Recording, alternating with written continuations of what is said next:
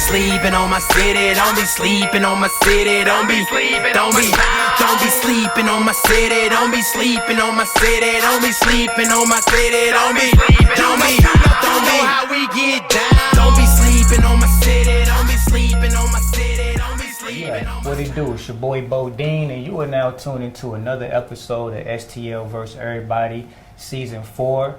I had family in the building with me today. One of the nicest artists that I've come across, got to work with. Definitely keeps my pen sharp, keeps my sword sharp, keeps me on my toes, you know what I'm saying, when we work together and do music. Mr. John Hills. Yeah, right on, man. Grateful to be here. So what's been up with you, man? What's been up with John Hills? My main things that I focus on usually are first and foremost being a father, you know, working, providing for my family. I got 2 kids, so heavily involved with them. Music is kind of the side thing, you know what I mean? But I do it heavily. Any free time I got, I'm trying to focus on music, whether that's trying to get better at production, making beats, always writing. That's kind of like second nature. That's just a craft, I feel like, probably like you, where it's kind of effortless at this point, you know, as far as writing songs and stuff like that. So try to surround myself with people like yourself, Dub, all the people I'm kind of blessed to work with in St. Louis that, like you said, keep me sharp too, you know, keep me getting better. It's pretty dope when you look at certain people that you surround yourself with and think about where you were at with your craft before you met that specific person. And I could do this with like 10 different people that have really impacted me, and it's just dope to see how much better you get after coming in contact with certain people. So that's what I try to do, just build on that. How long have you been in the hip hop scene for the people who don't know?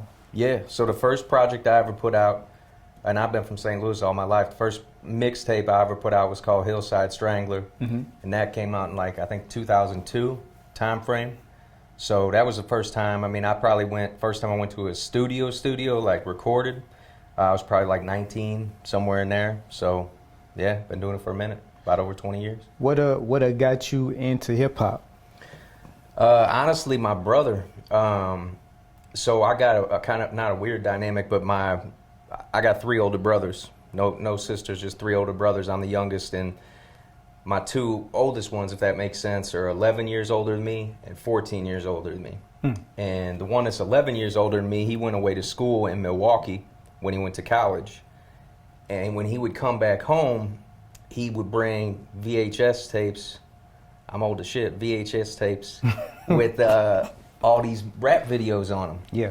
And I forget the exact show. I remember the host of the show. I forget what one of those old music video shows it was, but they would just play the dopest shit. It wasn't like the popular, you know, common rap songs at the time that everybody knew about. It was like the hip hop shit, you know what I mean? Like, I remember the one that caught my attention first and foremost was Rakim. I saw the I Ain't No Joke video. I saw Microphone Fiend video. And I would say that single thing, I mean, I had heard like Run DMC, I had heard, you know, other hip hop things, and no disrespect to them, they're all amazing and led the way. But I would say the moment I saw Rakim, that shit changed my life. That there's never been anything that's captivated me like hip hop music, but specifically that dude. And you're talking about a time when I was probably 6 years old, somewhere in there. You know what I mean? The fact that still till this day I can pinpoint a time when, I mean, that was just the coolest dude in the world. You couldn't tell me anybody was cooler than him. I don't care if it was an athlete, an actor. That, in my mind at that age, and still to this day, I've seen him live and stuff like that. Incredible influence, man, and just instantly attracted to the lyrical side of hip hop. You know, I think a lot of people, I shouldn't speak for other people, but you know, I think about my gal or whoever, a lot of people are more into the production side, you know, the beat. They want something they can nod their head to. They like somebody that's dope, but they just want to nod their head, you know. I just instantly at a young age was more fascinated with the lyrical, you know, the words, the writing, what they were saying, how they were saying it, their tone, you know what I'm saying? And he just kind of had all that package. I would say him and Big Daddy Kane. I remember seeing that Ain't No Half Steppin' video. And those kind of two artists really blew me away. And that shows in your music too. When you know, people listen to you, they can see or hear that you're very, very passionate about like your message, you know, your lyrical ability. Like you make sure that every verse is, you know, stellar. Like you put a lot of thought and, you know what I'm saying, time into what you write about. Like you're not doing no nursery rhymes or anything. Everything is real intricate and stuff like that. Being that, you know, you are, you know what I'm saying, a white rapper in this game. I am. Did you get, well, light skin, being that you are a light skinned rapper in this game, did you, you know what I'm saying, get any like pushback, or did you have to like really, you know, kind of show and prove that like, you know, you belong and, you know, you can compete with whoever? Did like people kind of give you like a pushback because, you know, of that? 100%. I mean, I grew up in Florence, you know, in hip hop culture was always big, you know, in the area I was from, you know what I mean? Whether it was the clothes or the music, you know, that's always been a focus. And then when I went away to high school, I went to a private school. So you had kids from kind of all over, you know what I mean? From super wealthy areas to, you know, just all over the place, you know, so you kind of had a hodgepodge of people interested in different things. And I was always, you know, I've heard J. Cole rap about, I can't remember what he said, but rapping about, you know, always writing and doing his thing, but never telling anybody, you know, never letting anybody know that he did it. That's kind of how, that sums me up to a T, you know what I mean? I've been to a fault kind of a people pleaser my whole life. So like, if I was around certain people in high school, I might not be, I remember I showed up like the first day of winter, and I had this Raiders starter coat, and bro, I thought I was just about to set it off, dude. And nobody was fucking with it, you know. So it was just a different vibe, you know. And you try to adapt to your settings when you're young. You don't always have the, whatever you want to call it, the confidence or courage to just stick to your guns. So I was always kind of going back home, or when I was with, you know, certain friends, I would always focus on my hip hop and shit like that. Started writing, was terrible, but just kind of first started messing with stuff. I was more focused on my name. I was fascinated with what my rap name was going to be. They were all horrific, but I would say, I definitely, and I say all that to say it kind of led into, you know, I don't really have the typical, whatever you want to say, background, obviously being a white dude, especially when I came up. You know, once Eminem kind of started popping, then it was like, that really changed things in the sense of people were like, okay, you can be a white dude and still be high level with this shit, you know what I mean? And he inspired the hell out of me, just, you know, obviously from that relatable standpoint where it's like, damn, if you I already had the love for the culture, you know what I mean? I wasn't some dude that just like poppy shit or wanted to go to the club or have a chain. Like, I wanted to be dope in my craft. I respected the hell out of lyricists and all that shit. So I always had that element. And then him kind of showing that, hey man, you can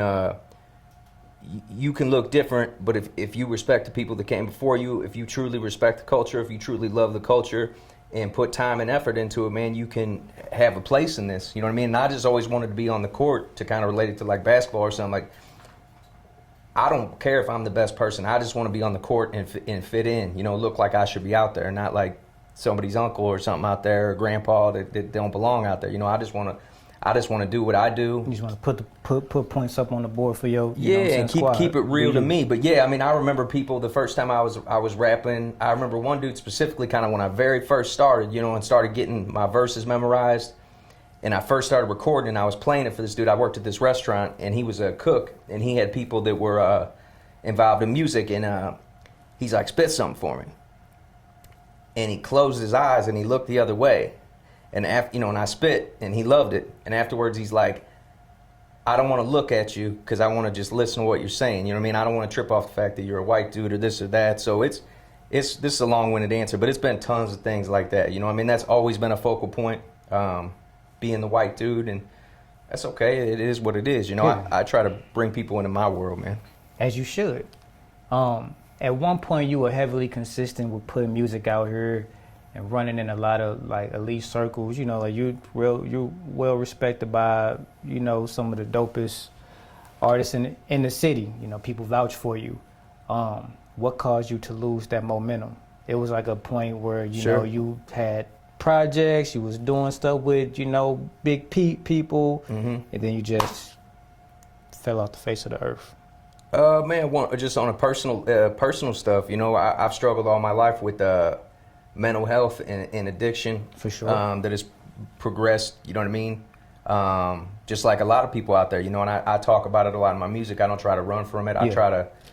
It's just like when I talk to my kids, I try to tell people head on, this is what it is, because that's how people help each other, is when they're honest with each other. You know what I mean? If you just talk about the sunshine and rainbows all the time, people don't ever relate with that. You know what I mean? People go through hard times. So if you can be honest about what you go through, that's going to help the next person be like, damn, I'm feeling that same way, or I'm struggling with that too, or this dude's going down the right path. I want to do that too, you know? So just addiction, mental health stuff. I was really struggling. I was in a real bad car crash in like 2008 probably. I was in ICU, brain bleeding.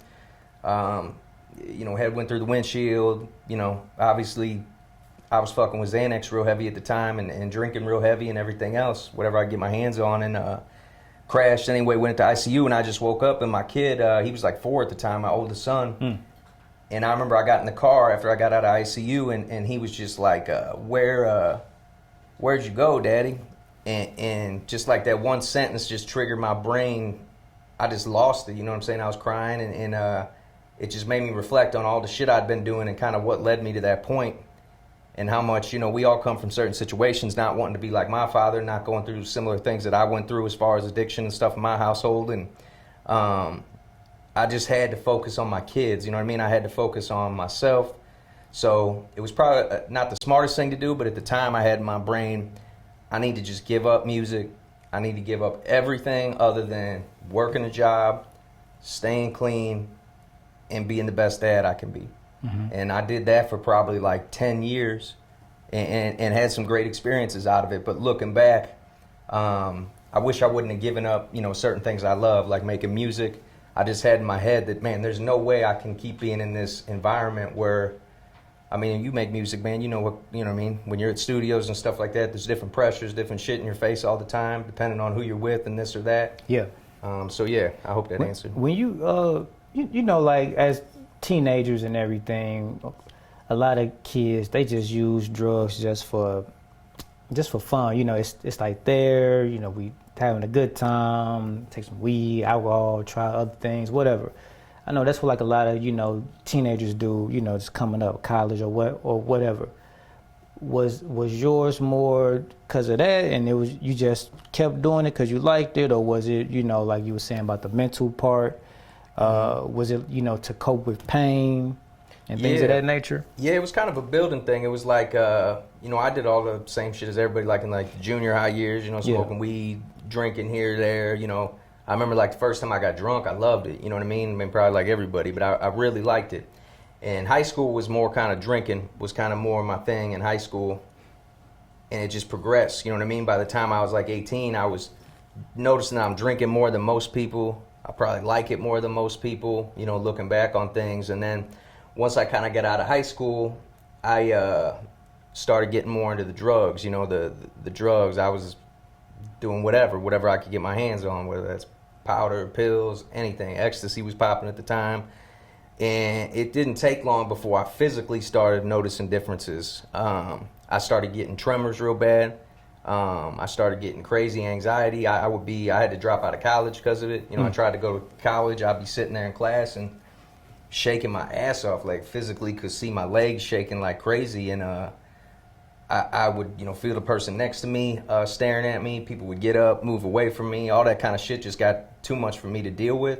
So instead of like, you know, I would go to the doctor and talk to them about the stuff, and they basically sum it up to, hey, this is adrenaline. From like past drug use and different things like that, and how your brain's responding and all these things. So yeah, it had a big effect on me. So then I started, instead of stopping, you kind of start doing more because it helps you cope, right? I started drinking more because when I drink more, I don't feel like I'm shaking as bad, or if you know, I'm getting high all the time, I'm not thinking about things that are going on in my personal life, whether it's issues with my father or different things like that. It became a thing to numb yourself, and, you know, eventually leads to the point where I wasn't trying to socialize, you know what I mean? I didn't go get drugs and go to the club and kick it or have a bunch of people around me. I'll do that shit by myself, you know what I mean? And just kind of numb myself and try to disassociate myself with what's really going on, all the pain from childhood, different things that I went through, you know, just running, just escaping from those things, you know. And did you lose a parent coming up? Was it your mother that passed? It was wasn't your father? coming up. No, so my father was a real bad alcoholic. Mm-hmm. My family's got it real bad. My mom's mom died of cirrhosis when she was in like her 40s. Ended up in like a mental hospital type of situation at the end, and she passed away real young from alcohol. My dad's father was an alcoholic, abusive situation at home, and then you know my father just kind of took on similar things. You know, he had his problems with alcohol, and you know I was going to treatment centers with him, and when I was going into high school, I was trying to get ready for that and going to the school where I didn't know anybody, and you know I'm going to meetings with my dad, you know, trying to go to 12-step meetings with him. So I've gotten over being like angry with him and stuff like that. And he worked his ass off. Like, I got to give him credit. Like, he was a hard worker. You know what I mean? He'd do whatever he did, but he'd always show up for work, always provide for us. So man, there's people out there. He just had his flaws too. Like no one's perfect. He had his flaws for sure. And it's wild, man, because you never know what me being a teacher and dealing with teenagers or kids is on a daily basis. Like, you never know what they go through at home. You know, they may come to school happy with a smile, joking and everything, but once they go back home, you know, it's a whole different dynamic of what they're dealing with. When you took that hiatus from making music, what made you want to come back? I got to give credit to, like, I still was heavily a fan, you know what I mean? Like, even when I wasn't making music, I was listening like a maniac, you know what I mean? I just literally I went from writing every day for a long period of time in my life to not doing anything. Like, even the thought of making music would make me depressed, because I'd start feeling bad about messing up all these opportunities I was given, how I could have been this, you know, catching wind that certain people that I was at one time kind of neck and neck with are now up here, you know what I mean? They're doing great, and I was never like jealous or hateful about it. I was just like, damn, I could have been. You could have been right there. I could have been that, you know. And at the time, when you're young and you're caught in the moment, I've always had low self-esteem, so I never looked at myself like I'm gonna be this thing, you know what I mean? But looking back, like, damn, these guys were right there with me. I could have been where they are, you know what I'm saying? Some of them are making a living off of doing this stuff at this point, you know. So was it like riding a bike again, like learning how to ride a bike again? Yeah, it was, man. I got to thank Coco, man. That's my brother, man. Like, he's me and him connected. And when I fell off from music, I fell off from everybody. I mean to tell you, I cut off great friends. You know, just I feel bad about it to this day. But I was just at a place mentally, like I said, where I was just like, man, I just gotta stop everything. I gotta just focus on myself, focus on my kids. So I literally fell off the face of the earth. You know, went through real bad depression with that. And Coco, I ended up connecting with him, and he's like, man, just come over. You know, get in the booth, just come over and see how it goes type of thing, you know what I'm saying? And went in there, recorded a couple songs, and it was like, bam, you know what I mean? Like, I remembered how much I loved it, you know? And it took me a while to get back, you know what I'm saying, making the music that I feel like I'm capable of making at this point. Yeah. But yeah, it came back naturally, and I feel like I've just kept progressing, you know? You had to get you right, man. Yeah. You know what I'm saying? Like, taking that hiatus. Because you never, like, you had to just think if you just would have kept going and been on that level with, you know, the people that you were competing with, and you never got to just sit down and and self-reflect and, you know, stop with the drug usage and everything. And once you get big, that's you around that 24/7. Sure. And probably even stronger drugs than, you know what I'm saying, what we, you know, get on a daily basis. And you got access to it 24/7. So you may not even be here to enjoy the fruits of your labor if, you know what I'm saying, you was to, you know, propel your career at that time. Yeah. So like everything works out for a reason. You know what I mean? 100%. And I guarantee, I mean, I don't know, you know what I mean? Not to be dramatic, but I don't think I would have been here. You know what I mean? Looking at the trajectory of my life, looking at my timeline through addiction and usage and different things that have happened, I agree with you 100%. I didn't have the maturity. I didn't have the, whatever you want to call it, love for myself. You know what I mean? I didn't care about myself. I always wanted to die all the time, and just was just in terrible state of mind. So, but the biggest thing is my kid. You know what I mean? My oldest son. I have an amazing relationship with him now. He has great memories of me. You know what I mean? Like, I used to really pride myself on. He was only 4 when I was kind of first. Before I fell back into addiction years later, he was kind of, he never saw the bad side of me. And that was what I prided myself on. Like, man, I'm different than my dad. He didn't see, you know what I'm saying?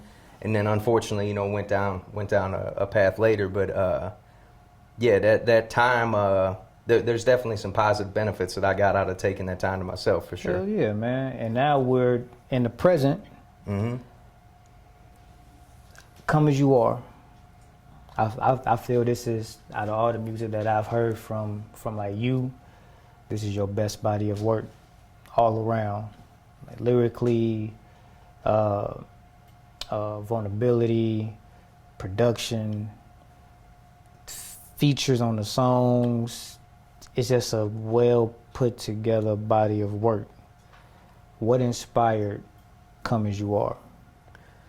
Come As You Are, I always feel like I've made personal music. That's just where my brain goes when I start writing. I just kind of try to bring people into my world, you know what I mean? Like, people always say, oh, this is therapeutic, and that gets a little corny at times, you know what I mean? I think with artists, not to knock what anybody else is doing or say mine's different, but man, this shit is. Like, I've learned so much about myself through figuring it out through writing, you know what I mean? Writing about things and getting a better understanding for myself or how I think, because I'm not a big talker. I'll talk acting stupid or talking shit, but like, as far as like talking about serious things or how I feel, I usually take the attention off myself, you know what I mean, by being funny or deflecting, or I don't talk to a lot of people about what I'm going through personally a lot, but I've gotten better about that over time, and I just feel like I'm at a place right now where I'm finally, it's a shame it took this long to get to this point in my life, but I'm just comfortable in my own skin, you know, like, I want to help people. So again, like I was saying earlier, like, in my mind, the more honest I can be about what I'm going through, especially the more difficult things or the harder things to talk about, that's what's going to make people relate to me. That's what's going to form my tribe. That's what's going to form the people that mess with me. The more honest I can be with you and tell people things I've gone through, I'm going to lose people along the way, right? I might say something I went through and somebody else will be like, damn, you did this or you did that, and I might push people away, but that's okay. At least I'm being myself, and the people that stick around me and the people that I grow from there, that's my tribe. Those are the people that I know really, really mess with me. So that's what I try to do with my music and, the messages I send. And I feel like I'm at a point now where I'm just comfortable with myself. And I appreciate you saying that. I really do, about it being my best music. I agree 100%, not just to promote the project, but it's without a doubt the best music I've ever made, you know, and that's why I'm grateful for AMG, you know, you and Dub really pushing me this time around to get the bigger production, you know what I mean, get bigger hooks, get different things to try to bring in more people with still staying to myself, you know what I mean, still making the kind of music that I resonate with, and it turned out for the best, man. So it's I would say that advice to any artist. I don't care how old you are or how poppin' you think you are, like, surround yourself with people that believe in you and that you respect, and listen to people, you know what I mean? When people are giving you feedback, they're trying to help you, you know? Not that you got to do everything people say, but try to listen to people and take in what they say, and in my case, at least, it's turned out to be the best stuff I ever made. Can you explain the cover art of the album? Yeah, so the cover art, that's a real picture, and it's funny, so I don't know, do you guys have fancy technology? Will there be like a picture when people are watching? I can post it up on there when they see it. Ooh, and bottom line, thank you, my sponsor, Red Bull. Shout out to Red Bull and Starburst. Now or later. My bad. Dude, I don't mess with Starburst. Now and later, thank you. Send the check.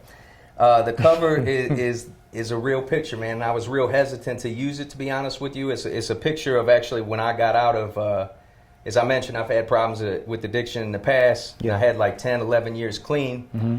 And then in 2021, literally on New Year's Day, so at like 10 a.m. on New Year's Day, 2021, I overdosed. I had like 11 years clean, and they always talk about if you're an addict and you stop using, if you go back to using at some point, you don't start from scratch. It's not like you start from zero. Basically, the way your brain works is you're going to start at the point as if you never stopped, as far as the level that you're going to want to go to, the amount you're going to do, all that kind of stuff.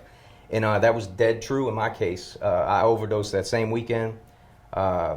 They found me in the street and, got shot up with Narcan and the whole works. And you would think that would scare me and all that stuff. And then it just kind of led me down a spiral. I just kept going and kept going. And then recently, probably like 3.5 months ago or so, I got like 3.5 months clean right now. Just in the cycle of addiction I was in and the mental health issues I was dealing with. The cops came to my crib and basically took me to behavioral health. So the album cover is a picture of me when I got out of behavioral health. I was in there for like a week, and my wife, God bless Rika, she's my best friend, best thing I have going, man. Literally saved my life. Like, not trying to sound corny, literally saved my life, I promise you. And shout out to her. Yeah, no doubt. And she took a picture of me right by just the behavioral health sign, when I got out of there. And I took it so I could help remember how bad I hated being there, you know what I mean? So anytime that I got in my head, man, I can do this again, or I can start using, or I can start drinking, or I can take a couple sniffs, or I can eat a couple pills, whatever's going through my brain, having something to look at to remember how I felt, how miserable I was in that moment. And I ended up just kept looking at it, and I kind of had the idea that I wanted to call the album Come As You Are, meaning like just be yourself, right? Like kind of like along the lines I was talking about before, just being vulnerable, be who you are. And that's how I like people to be with me. Like, just take me into your world, let me get to know you. Don't try to be something you're not, so that's where the title came from. And the photo, again, is just a real picture. And I was real hesitant to use it because in my mind, I keep saying stuff's corny, I don't mean to sound like a hater, but I just feel like mental health is such a trending topic now. It's like literally everybody is bringing that up and talk about it, which is great to bring awareness, but I feel like everybody in music... Some people use it, man. And how many people have been in the Hannibal Lecter mask on their cover, or this or that, or they're crazy, or they're in a straitjacket? Like, that's what was keeping me from wanting to use that picture, because I didn't want people to think it was just like some, like, doctored picture we made, or like I got in a costume and went and took a picture. Like, it was just a real moment in my life. So that's long answer, but that's where the cover came. I think people that follow you, they understand, and people who are getting familiar with who Hills is, once they hear your interviews and your stories and the music and everything, it'll make more sense. I kind of think like Come As You Are was like a sequel to Blue Collar Gospel, sure, relating to the blue collar gospel, relating to the church or whatever. Mm-hmm. And at church, you come as you are, like you are who sure you are. You know what I'm saying? There's no it shouldn't be no judgment, you know what I'm saying? And you come there and, that's where you go to, cleanse your sins, you know what I'm saying? And this is your album where you cleanse yourself, you know what I'm saying? You're talking about your, addictions, depressions and everything, and you're just leaving it all out on the table and you starting fresh.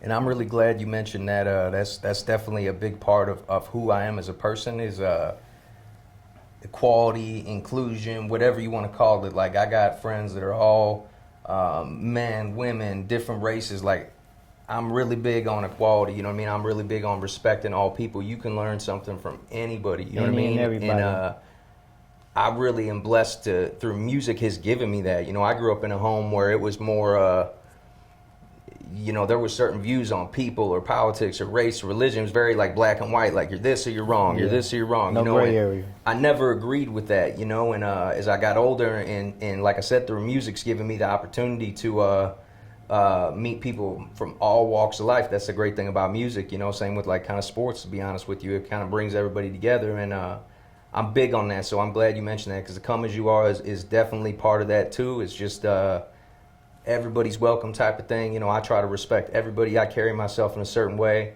And yeah, that's a big part of it, man. When is it dropping? I'm shooting, the tentative date is July 1st. I don't see any reason why that wouldn't happen. I'm going Tuesday to get 2 records finished mixing. They're like halfway done mixing, so I'm going to finish those on Tuesday. So at that point, the whole album's mixed. I'm probably going to spend another 3 hours just getting it mastered, just getting the levels right, all that kind of stuff, and then dropping a single before July 1st called Long Road, featuring T-Dub-O and G the Singer. Dope. Fellow AMG artists, amazing artist. So I'm blessed to have them on the record with me. You said before, G's the cheat code. If you put G on a hook, it's already an amazing song, and then we already know what T-Dub does. So yeah, so it's a great record. It's a big record. Coco produced it. We're gonna drop that, and then yeah, start rolling out the album. It's dope, man. What is a gem that you can give people who have been in your predicament? You know what I'm saying? As far as hit rock bottom and, you know, trying to find their way back to their regular self, who they once were. Yeah, I think a big thing looking back on my life is trust yourself. You know what I mean?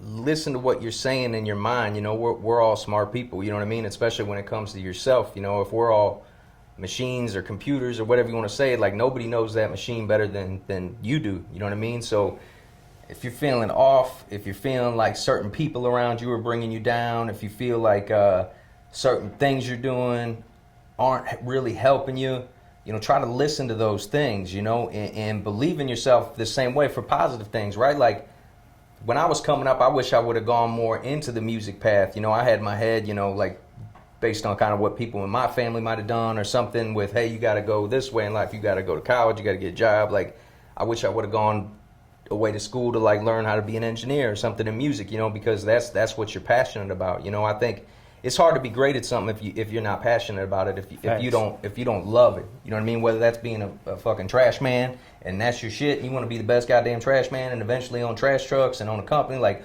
whatever your shit is that gets you excited, go down that road instead of trying to people please. I've been trying to please people my whole life, you know, and it's like it never works out. You know what I mean? You just end up wasting time when, you know, as long as you ain't hurting people, as long as you're treating people right, you know, follow your heart, follow what you believe in. And, you know, somebody gave me the jewel, you know, it's not about, you know, kind of chasing, or it's not about having what you want. It's about wanting what you already have, right? And be grateful for those things in your life that you already have, you know? It's like sometimes you got these great things, whether it's a great gal or you got these great kids in your life, and you just will throw all that stuff away in a second for junk or garbage, you know? So just appreciate the things you have, appreciate the people you have in your life that truly love you and want the best for you.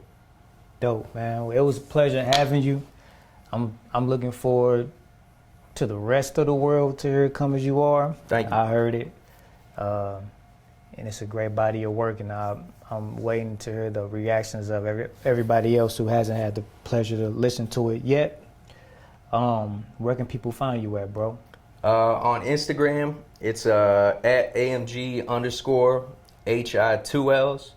I don't know why I made that so complicated. It sounded good when I created it, but so AMG, the letters obviously like Almighty Gang, _HI, then the number 2, and then LS. So that's my Instagram.